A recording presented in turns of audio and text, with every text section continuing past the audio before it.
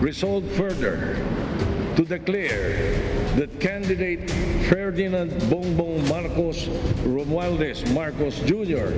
and candidate Sara Zimmerman Duterte received the highest number of votes.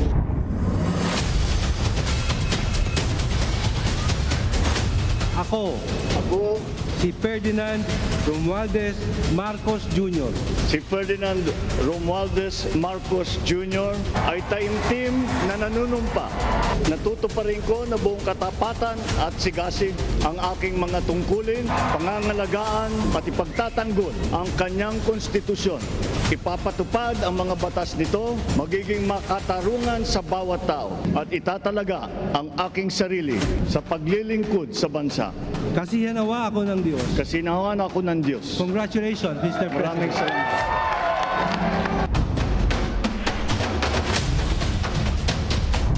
I fully understand the gravity of the responsibility that you've put on my shoulders. I do not take it lightly, but I am ready for the task. I will need your help. I want to rely on it, but rest assured I do not predicate success on the wide cooperation that's needed. I will get it done.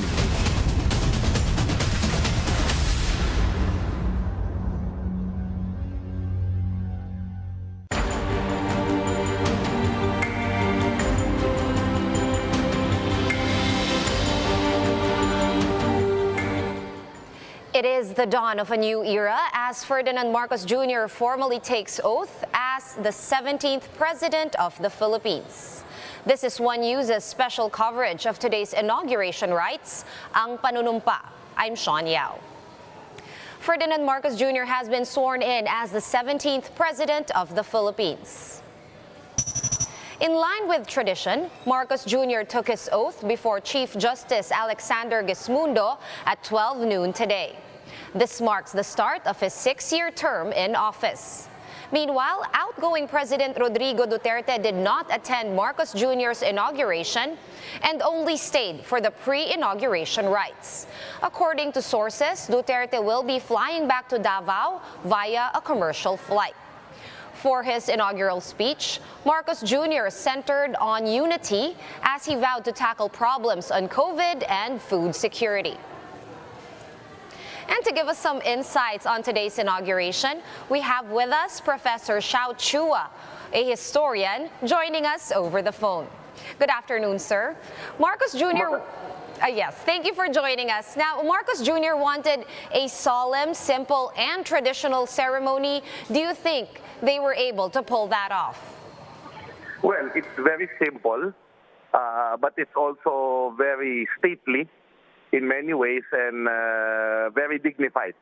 The architectural, the architecture that's there, the National Museum, fitted the solemnity of the event. All right, let's go back and go over the pre-inauguration activities. Did anything stand out for you in particular? Well, of course, the one thing that stood out was that President Rodrigo Duterte actually agreed to do departure honors for his presidency because it was said that he actually wanted not to do it. And that is, you know, in the whole time, his whole presidency, he almost did not have these military honors for him.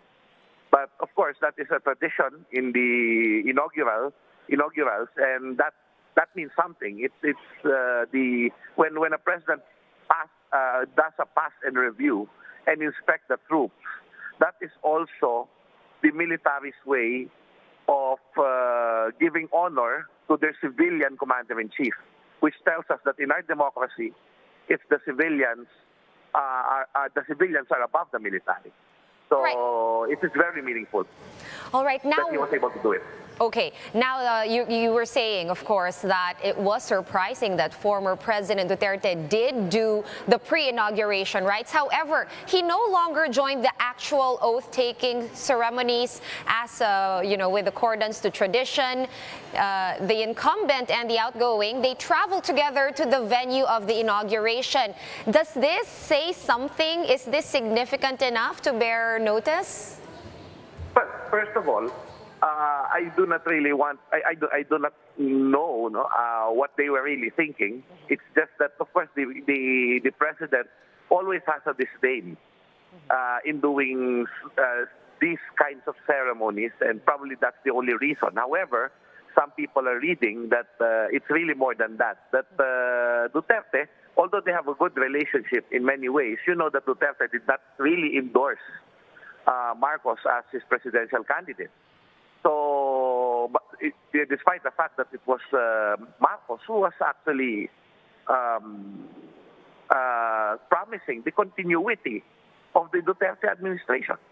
So basically, people were saying that this is probably evident that Rodrigo Duterte just really wants to end his presidency without wasting any more minutes. But yeah, I guess that is one speculation. Right, so definitely that remains open to interpretation. We cannot really conjecture on what was going on through their heads when these decisions were made. But let's go now to our 17th president, Bongbong Marcos. What can you say about Marcos Jr.'s mood today? Well, mood. Yeah. Okay, he looked like his father. He was beaming. The optics in the video reminded people of, Imelda Marcos and Ferdinand Marcos themselves when they were inaugurated. And the children, of course, and now it is Bongbong who is now president. So I guess that they were relieved in many ways that they have reclaimed the presidency. They have a chance to redeem their name after the achievements and also the mistakes of his father. So I guess they're in a very good mood, and you can see them. You can see this in their faces. All right. What about his speech? What did you think about the speech, the delivery, the way it was written, and of course the language used? Well, again, the speech is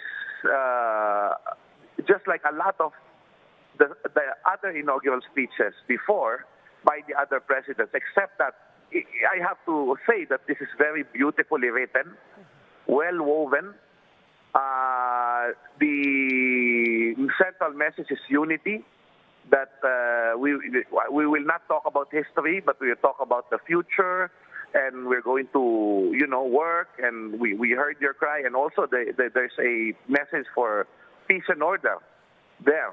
So that means that he is also echoing his father in that sense. And also, he talked about his father and his achievements.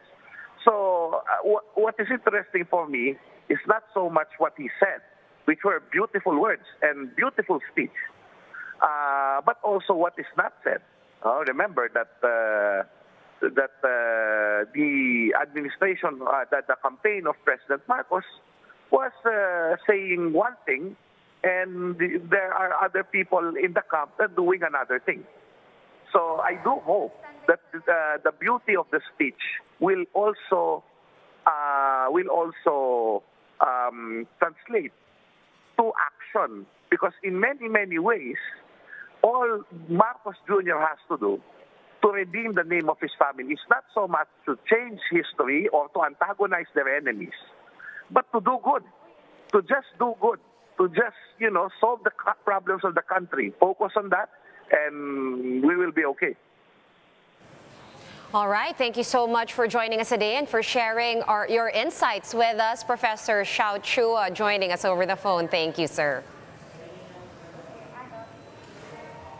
And President Bongbong Marcos just arrived at the Malacanang Palace, and what you're seeing now on your screens are live pictures of the Kalayaan grounds where the arrival honors are being held.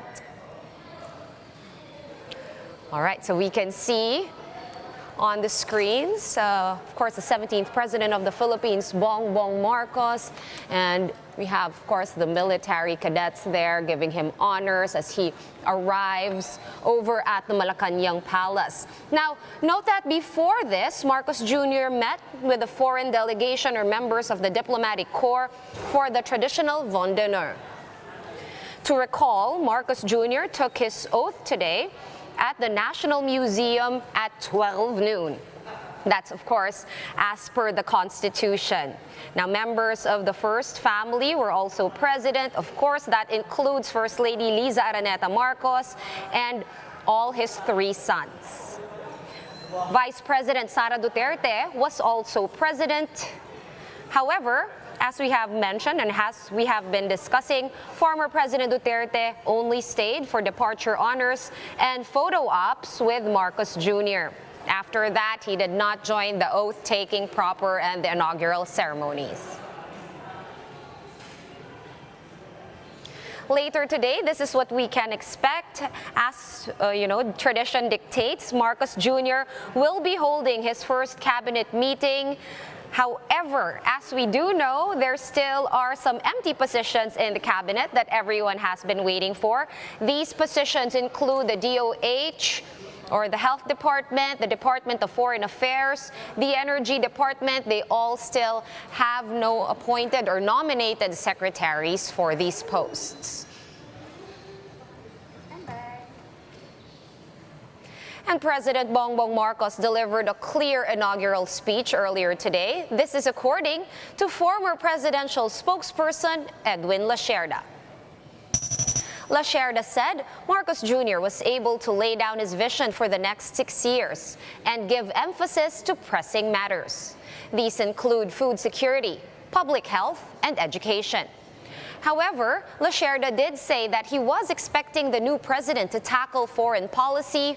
However, this was not included in the speech.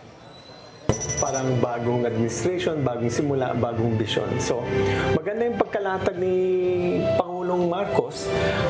Isang sa akin, magandang sinabi niya, let's not look to the past because it means that he's charting his own legacy. Very forward-looking yung tingin niya. Sa akin, maganda yung tingnan natin, the challenge for President Marcos is to walk the talk. We will be back with more stories after this quick break. Keep it here on One News.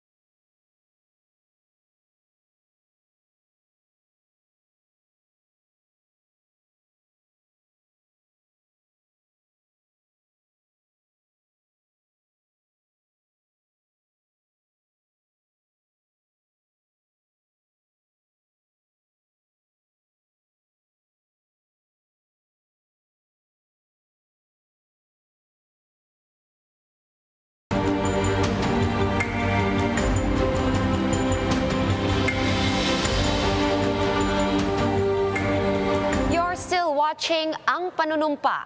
One uses special coverage of the inauguration of President Ferdinand Marcos Jr. I'm Sean Yao. Progressive groups staged protests at Marcos Jr.'s inauguration earlier today.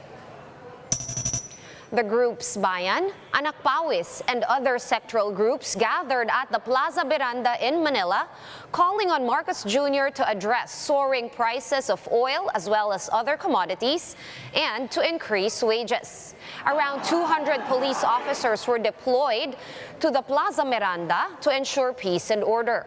No untoward incidents were reported as the groups dispersed peacefully after the rally.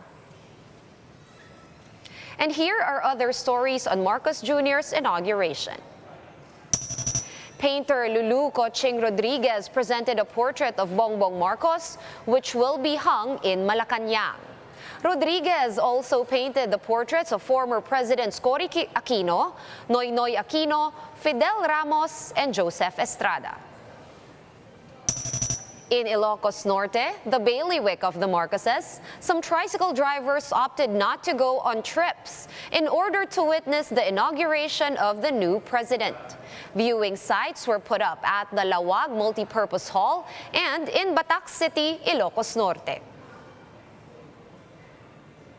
And for more live updates and other stories on today's inauguration ceremony, stay tuned here on One News. The special coverage is also available on Signal's Channel 8, 250, as well as on the Signal Play app. Visit News 5, The Philippine Star, and Business World online. I'm Sean Yao. We are One News. All sides, all the time.